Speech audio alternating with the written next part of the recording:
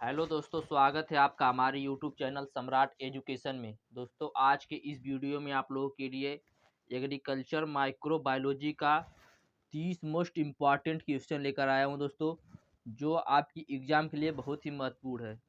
तो दोस्तों, आप लोग को यदि इसका पीडीएफ चाहिए तो डिस्क्रिप्शन में व्हाट्सएप ग्रुप का लिंक और व्हाट्सएप नंबर दिया गया है। मैसेज करके आप लोग इसका पीडीएफ ले सकते हैं। दोस्तों, ये जो मैंने क्वेश्चन लिया वो पिछले कई सालों से लगातार एग्जाम में पूछे जा रहे थे। दोस्तों, इन सभी क्वेश्चन को मैं सॉल्व भी कराऊंगा और मैंने इससे पहले एग्रोनॉमी का और प्लांट ब्रीडिंग का भी इम्पॉर्टेंट क्वेश्चन दे दिया है। तो ये दोस्तों माइक्रोबायोलॉजी का है। तो देखेंगे पहला अति लघु उत्तरीय प्रश्न। इसमें पहला है टिप्पणी लिखिए। तो ये सब जो है इन पर टिप्पणी लिखना है। पहला है सूक्ष्म जीव विज्ञान। सूक्ष्म जीव विज्ञान क्या है, इसके ऊपर टिप्पणी लिखना है। दूसरा मृदा जीव के ऊपर। तीसरा है वायु जीवी बैक्टीरिया के ऊपर टिप्पणी लिखना है। चौथा है निमेटोड के ऊपर।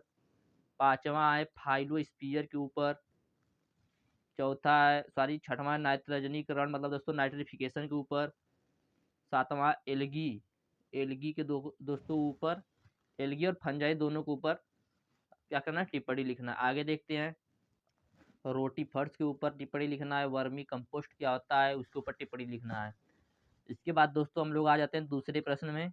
तो दूसरा प्रश्न क्या है, राइजोस्फीयर को परिभाषित कीजिए। पौधे की जड़ों को पोषक तत्व की उपलब्धता को यह कैसे प्रभावित करता है। तो राइजोस्फीयर क्या होता है उसको परिभाषित करना है। पौधे की जड़ को पोषक तत्व की उपलब्धता में यह कैसे प्रभावित करता है उसको लिखना है। अगला है नाइट्रोजन चक्र की संक्षेप में व्याख्या कीजिए।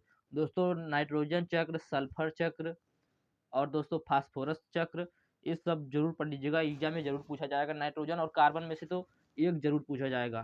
चौथा है मृदा उर्वरता में सूक्ष्म जीव के कार्यों का वर्णन कीजिए। तो मृदा की उर्वरता में सूक्ष्म जीव का क्या रहे हैं उसका वर्णन करना है। पांचवा है जैव ईंधन के उत्पादन की विवेचना कीजिए तथा इसके गुण एवं अवगुण भी लिखिए। तो जैव ईंधन के उत्पादन की विवेचना करना है, इसका क्या लाभ है क्या हानि है उसको लिखना है।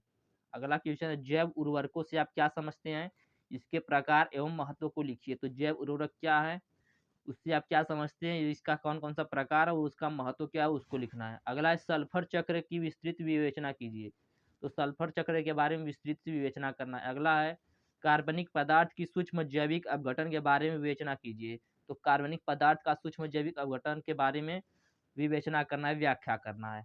अगला क्वेश्चन है मानव कल्याण में सूक्ष्म जीवों का महत्व लिखिए। तो मानव के कल्याण में सूक्ष्म जीवों का क्या महत्व है उसको लिखना है। अगला क्वेश्चन है मृदा जीवों की एक सूची बनाइए तथा प्रोकैरियोटिक एवं यूकैरियोटिक सूक्ष्म जीवों में अंतर लिखिए।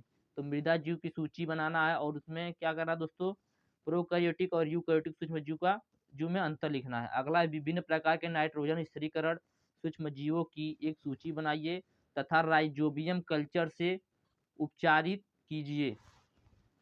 तो क्या करना है, नाइट्रोजन स्थिरीकरण में सूक्ष्म जीव की एक सूची बनाना है और राइजोबियम कल्चर से उपचार करना है। अगला दोस्तों आनुवांशिक पुनर्संयोजन से आप क्या समझते हैं। तो आनुवांशिक पुनर्संयोजन क्या होता है उससे आप क्या समझते हैं। जीवाणु में आनुवांशिक पुनर्संयोजन की विधियों का संक्षेप में वर्णन करना है। अगला क्वेश्चन है कार्बन चक्र में जीवाणु की भूमिका का व्याख्या कीजिए। कार्बन चक्र में जीवाणु की क्या भूमिका है। अगला विषाणु तथा जीवाणु में अंतर लिखिए और वायरस और बैक्टीरिया में डिफरेंस लिखना है। अगला है जीवाणुओं के वर्गीकरण के विभिन्न आधारों की व्याख्या कीजिए।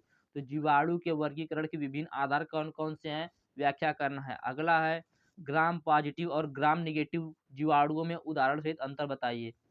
तो दोस्तों इन सभी क्वेश्चन को मैं सॉल्व भी कराऊंगा, तो आप लोग चैनल को सब्सक्राइब कर लीजिएगा और वीडियो को लाइक भी कर दीजिएगा दोस्तों।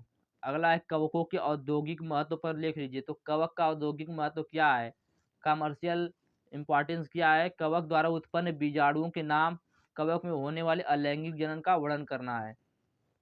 दोस्तों ये सब लॉन्ग क्वेश्चन है। अगला है कवक की सामान्य विशेषताओं एवं प्रजनन की समुचित उदाहरण सहित व्याख्या कीजिए।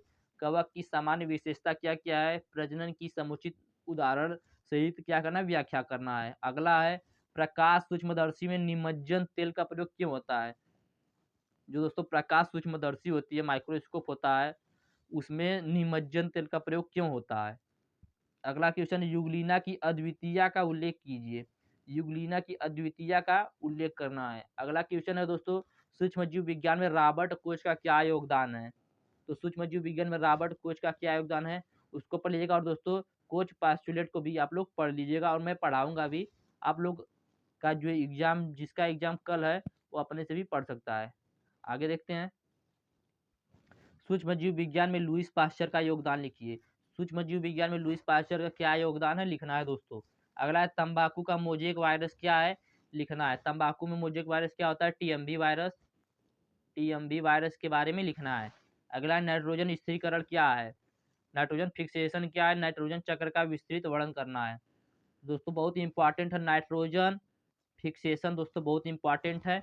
और कार्बन चक्र, नाइट्रोजन चक्र, सल्फर चक्र, फास्फोरस चक्र, इस चारों को जरूर पढ़ लीजिएगा और मैं तो पढ़ाऊंगा ही। अगला है जीवाणु के मुख्य वर्गों के नाम, उनकी मुख्य विशेषताओं एवं प्रत्येक वर्ग की एक उदाहरण सहित लिखिए।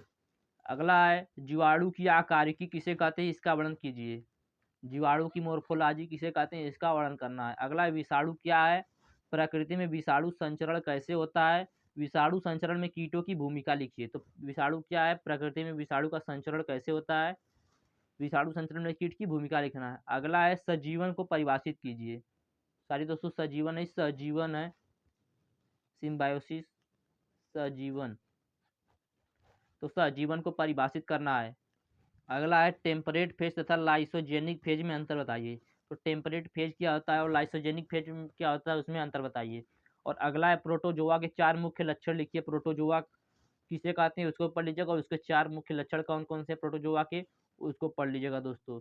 तो एक कुल आपके 30 क्वेश्चन थे जिसको दोस्तों मैं सॉल्व भी कराऊंगा।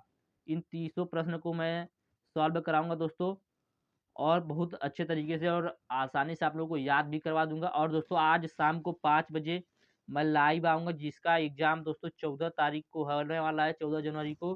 तो आप लोगों से रिक्वेस्ट है, चौधरी चरण सिंह यूनिवर्सिटी वालों से आप लोग जुड़िएगा और शेयर भी कर दीजिएगा।